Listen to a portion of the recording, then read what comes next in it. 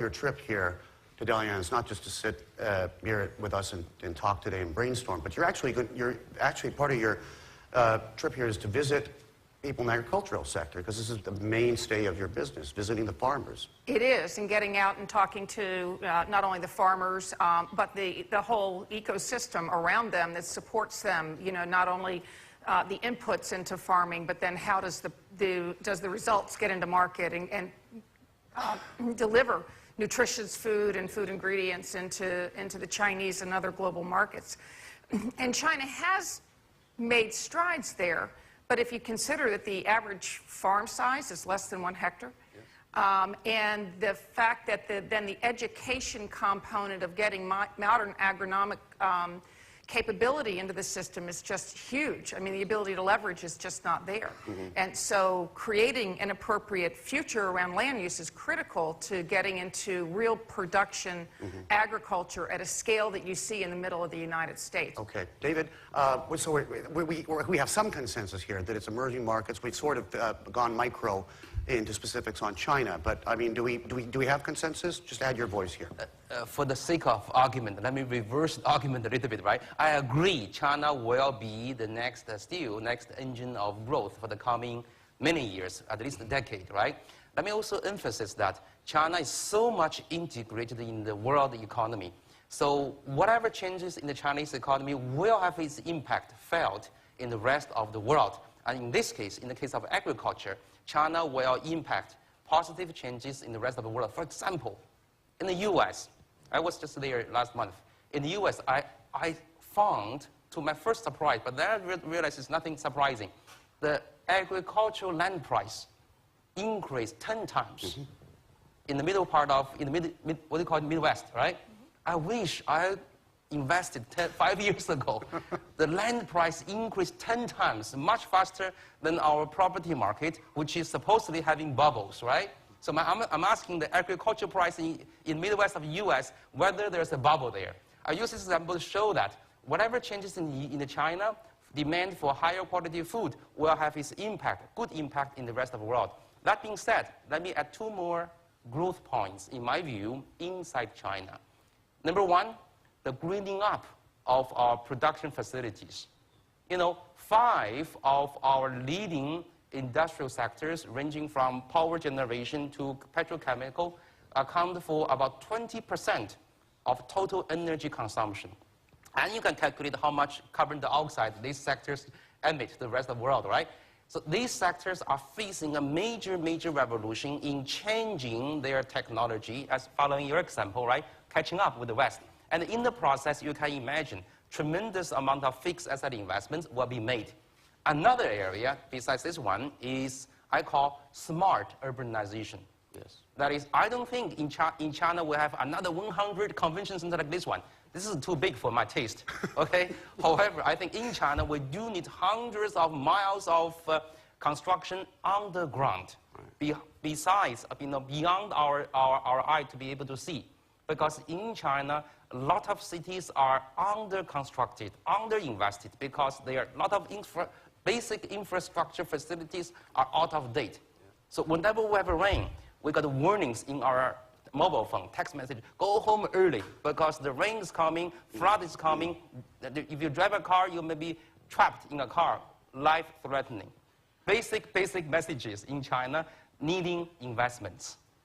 Yeah, I agree with you on these 4 trillion investment opportunities. Is very much to do with new urbanization. The new style of urbanization, create a new style of lifestyle in place, but in a rural area. So you bring education to the rural area, you bring a township to the rural area, that is the way to create a lot of jobs in place. But at the same time, to build up a new town outside the mega city, but is very close to the mega city, it makes a lot of sense that mitigates the stress on the big city, but at the same time, you integrate the rural developments by introducing education, healthcare, and all comprehensive things into the township in the rural area. That is a driver in China. Edward, let me swing it back to Dr. Posen. Adam, I didn't expect when I opened it up, I mean, wide open discussion topic for agriculture and farming to top the list in terms of industries, and then building underground cities in China. I mean, in my wildest dreams, I didn't expect the conversation to go this way. I thought we were going to talk about the Apple iPhone 15 CS or something like that. But I think, Bernie, that's good. That's reassuring. A, that we're not all singing from your songbook, but B, that it is about.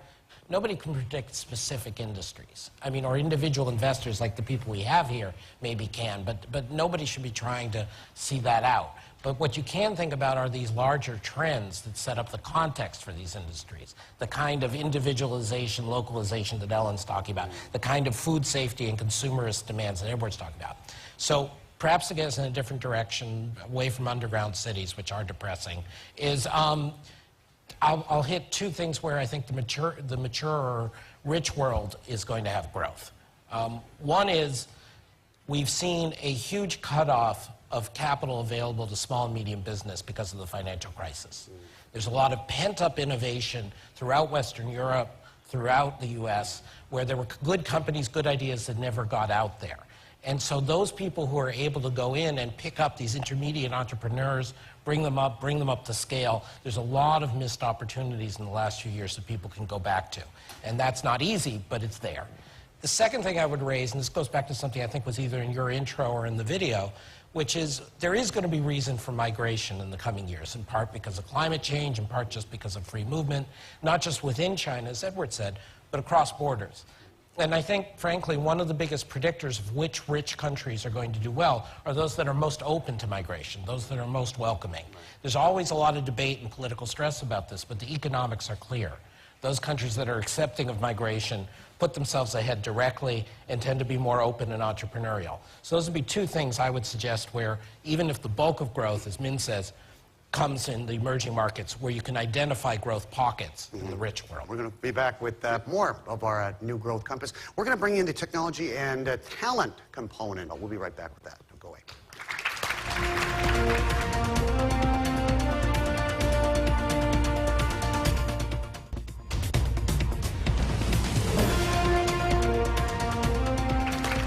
Welcome back, Dr. Zhu. We went to a break, but I know you wanted to react to what Dr. Posen was saying. Yeah. Please go ahead. Well, this time, actually, I agree with Adams. What a surprise. What a surprise, exactly. And although go back to the point you make, and nobody can pick the future winner of the industries. I think this is very, very much the case. So it is very important to reduce, back to also Alan's point, a lot of uncertainty and volatilities. So it's very important for the public sector, particularly government, to reduce the uncertainties, particularly on the policy uncertainties, provide the transparency, provide the clarity of a policy framework, provide a proper communication, and I think this is very important. If we're going to reduce the uncertainty and the volatilities, I think they will promote in a very great margin of the growth. I think that's very important. The second is go back to international arenas. I would say global cooperation is also very important.